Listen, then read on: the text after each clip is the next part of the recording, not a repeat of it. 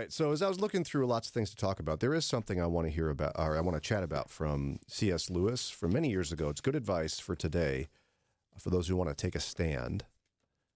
But I can't resist at least commenting briefly on, there are people taking a stand right now. The news is filled with situations of college campuses doing protests. And I've just tried to think of something valuable to share about that. You know, we like to talk about today's issues from a biblical perspective. Okay.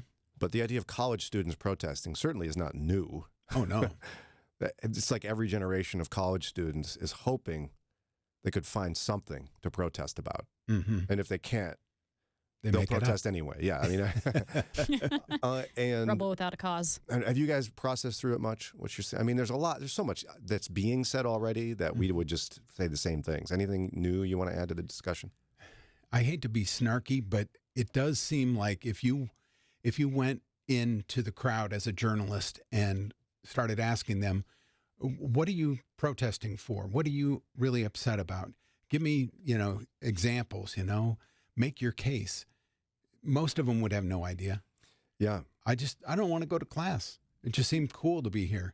Yeah, we're all sitting around, toking up, drinking beer, just hanging out, playing Frisbee with wispy-haired girls. Well, and then those that know something probably have an incomplete understanding. Yeah. Like dramatically so. I remember my oldest daughter, she's going to college this year. When the war in Israel broke out, she called me. She was like, "Hey, Dad, I saw this thing on social for kids to gather for some little protest thing, and it said this." And she read it to me, and all of it was wrong. Yeah. Like every idea communicated, and like all of it was totally uninformed and totally wrong. And we laughed together about it and moved on with our lives. But I even remember when I was teaching high school, we taught in my geography course something on globalization. If you're not familiar, globalization is the idea over the last few decades that the world gets to be a smaller and smaller place. Commerce is easier, travel is easier, blah, blah, blah, right? Right. And they had a whole section in this video series we watched about factories overseas and how American college students would be just outraged at the wages paid for somebody, let's just say in sub-Saharan Africa, in a factory somewhere or in Southeast Asia. And comparatively speaking to our economy and our minimum wage, it was like, oh, wow, that's scary. So they'd protest, but their protests in front of, whoever the company is would end up shutting down said factory in that area, which was, by the way, they didn't know this, the best paying job in town. Right. And the locals there were really annoyed with and upset at the American college students for totally misunderstanding. Yeah, I know this is bad pay for you. For us, this is the best thing in town. What did you just do to us? The exchange rate is different. Yeah. Now, not that all college students are uninformed or whatever, but, I don't know. It's just, there's a lot going on out there. I hope people can figure it out. And I hope we can actually, in the midst of that, take some advice from C.S. Lewis. This piece from Christianity Today wasn't about college protests, but it certainly, I think, connects in a way. It says, old norms against talking politics in many social and professional contexts has fallen away. And the internet, as we know it, invites us all to render judgment on just about anything we'd like, sometimes in the form of condemnation. So, you go on the internet and you go, this thing, fill in the blank, stupid. Or sometimes the affirmative, you would go, I support this thing, the good and smart thing. This is what all the good people support. And then we describe ourselves as having taken a stand. Right. Not too dissimilar from what we just did talking about college protests. But, right? I mean, we're taking a stand. Look, I'm standing. Look at me. I'm looking angry on the internet. Well, what advice does Scripture and C.S. Lewis have for us? Well, we'll get to that here coming up. So we live in strange days, no question. And as an article from Christianity Today recently indicated, the old norms of talking politics in many social and professional contexts has fallen away. It's now, what we thought was just the greatest thing ever, the democratization of the internet by putting social media on there, giving everyone a voice, turned out to be a terrible idea. I'm just declaring it. It's a terrible idea. I used to be all over it, and I just can't. The last time I posted was just this weekend with a picture of my daughter and I. I felt like I don't know. I can't. Can I do something wrong with that? I don't think I can do anything wrong here. I guess I'll post something. Mm-hmm. Meanwhile, it's just like a lot of people need to not say stuff. Right. You agree with that? Yes. Yes. And again, we all feel like somehow it's taking a stand to say something on social media, which who knows whether it is or not. I question that. But C.S. Lewis apparently had something to say about it. This guy in Christianity Today, Bonnie is her name. She was reading a lesser-known C.S. Lewis book called Studies in Words. Oh. Which I would probably never pick up. Never heard of it. Sounds like a dictionary. It's not. Towards the end, she thought there was some really applicable advice here. So here's what she writes. Taking a stand can be right or even necessary to do in some circumstances. Yet our motives are often less pure than we imagine. And this is where the warning from C.S. Lewis comes in. He wrote, I think we might get it firmly fixed in our minds that the very occasions on which we should most like to write a slashing review are precisely those on which we had much better hold our tongues. The very desire is a danger signal. Mm. The idea that you feel desire to post a scathing review or scathing critique or declare your allegiance is a danger sign. Hmm. He goes on to say, now, again, Lewis was not opposed to condemnation. He wasn't advocating cowardice. Sometimes, he said, we must condemn totally and severely.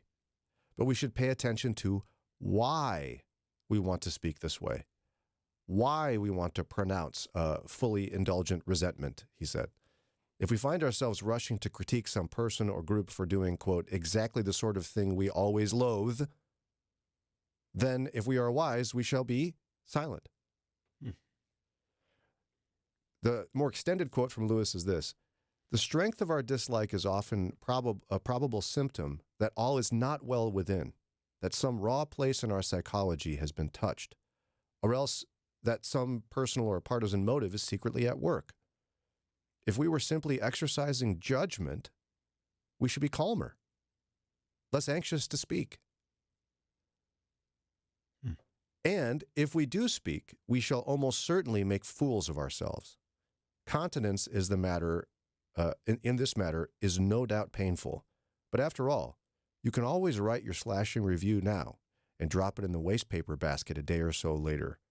A few rereadings in cold blood will often make this quite easy. Now, of course, the whole, write it on paper bit is a little outdated today. Yeah. Maybe that's what we should do, though. Yep. It's just so easy to get our thoughts out there that we don't have to give them a second thought. No. I mean, but write it down. Get a journal, get a notebook, write it down. Yeah, I think read it every couple of hours and kind of go, yeah, maybe not. Yeah, I think there is some wisdom to putting it down, because oftentimes as you're enveloped with your emotion at the beginning, and when you start to write it down, you realize there's a lot of holes in my argument. Yeah. And you can't fill them in. You're like, oh, well, maybe I'm wrong about this. Yeah, I've done that with texts before. If I need to send a text where, I need to get something off my chest, or I'm not sure how the other person's going to respond, I put it down in my notes app and then kind of sit with it for a while. And usually I decide either not to send it or to do some major tweaks before I do. Mm-hmm. That's a great idea. I mean, that notes app is great for lots of things. I didn't even think of that. And I have found, too, if you actually type it out in the text screen, you don't have to hit send. It'll sit there until you're ready to go back. At least in an Apple phone it will. Now, but what do you make of his assertion that the very desire to want to get it out there that you are dramatically for something or dramatically against something, the desire itself is a warning sign that it's a problem? I think because that desire, if it's an immediate desire, it probably is based a lot on emotion and not on intellect. So if you're fired up by emotion, a lot of times that's incomplete in its thought, and you need to think it through. Yeah, I agree with that. You got to remember context here, too. Like, Lewis is not writing in an unpolitically charged era where it was really easy for him to say this. This man lived through World War II. And Hitler. And Hitler, one of the scariest times in the history of our planet. And he was also a very accomplished and credible writer who's saying that maybe you shouldn't say that. He said stuff. He was one of the only ones who had permission to say stuff. Mm-hmm. Now, what I found pretty interesting as well is he said judgment is calm. Do you agree with that? Exercising judgment is not something done when you're riled up. Judgment's done when you're calm. Yeah, I think so. I don't think you can accurately assess something if you're too emotional. Yeah, we don't think of it that way, though. I don't know that I had until I saw that, but he's right. I mean, if you want to exercise the fruits of the Spirit, which, again, he's a believer, so he's exemplifying this in what he's saying, love, joy, peace, patience, kindness, goodness, gentleness, self-control. Right. Yeah, I guess if you're displaying the fruits of the Spirit, you would be exercising godly judgment, and you would be feeling peaceful. And when you're riled up and you're about to post on social about how dumb those whatevers are or how silly this is, maybe not. It's convicting. Yes, it is. Mm-hmm. And then he adds, by the way, don't forget that this, well, he doesn't add this. The writer of Christianity Today says, look at 2 Timothy chapter 2. It echoes Paul's advice to Timothy to avoid foolish and stupid arguments because you know they produce quarrels. And the Lord's servant must not be quarrelsome, but must be kind to everyone, able to teach, not resentful. And this writer, Bonnie, for Christianity Today, is essentially saying, in this election cycle, this is particularly what we should be paying attention to as believers. Yeah, I totally agree. Like, what good are we doing in the name of the gospel if we're just throwing it out there? Just get out there, use your platform. I don't know. Let's be patient. Yeah. How about that? And use your platform for discussing issues and ideas of what you think government should or shouldn't be doing. If all you're doing is saying, look at this guy is doing stupid things, or this guy is, this applies to both, so I'm safe. I think this guy is too old. If you're making, derogatory comments, then yeah, you're not doing anything helpful.